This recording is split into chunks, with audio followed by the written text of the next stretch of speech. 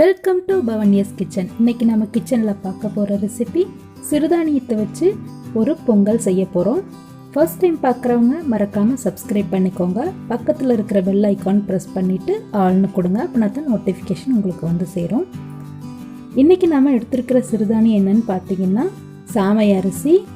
இதில் இருக்கிற vitamin B3 வந்து உங்கள் ஹார்ட்டுக்கு ரொம்ப நல்லது, கொலஸ்ட்ராலை கம்மி பண்ணுறதுக்கு உதவியாக இருக்கும்.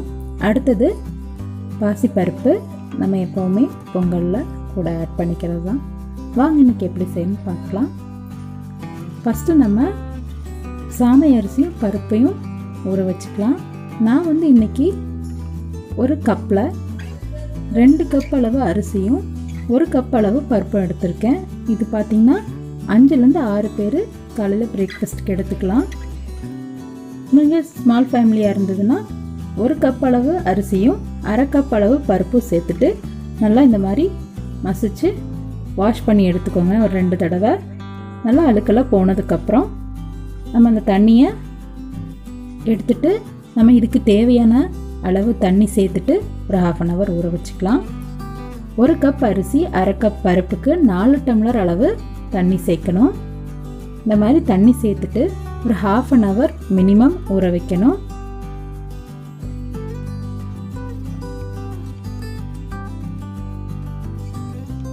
அரிசியும் பருப்பும் நல்லா ஊறினதுக்கப்புறம் நம்ம சமைக்கும்போது இதுக்கு தேவையான அளவு உப்பு சேர்த்துக்கலாம்.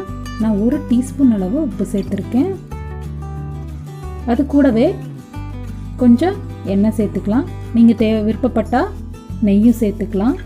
கூடவே வந்து பெருங்காயம் நல்லா மணமாக இருக்கிறதுக்காக சேர்த்துட்டு ஒரு 3 விசில் விட்டு இறக்கிடுங்க.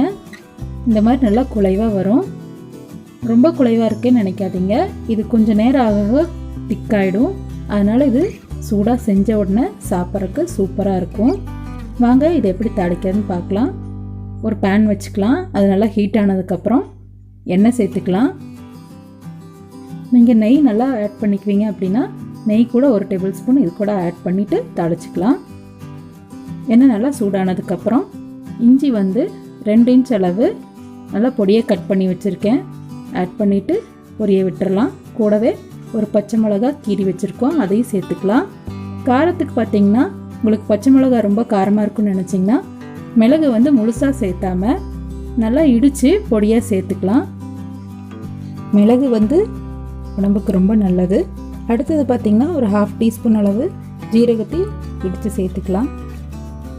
ஒரு கையளவு கருவேப்பிலை, விருப்பப்பட்டால் நீங்கள் முந்திரி பத்து கூட சேர்த்துட்டு நல்லா பொரித்து பொங்கலோட ஆட் பண்ணிக்கலாம்.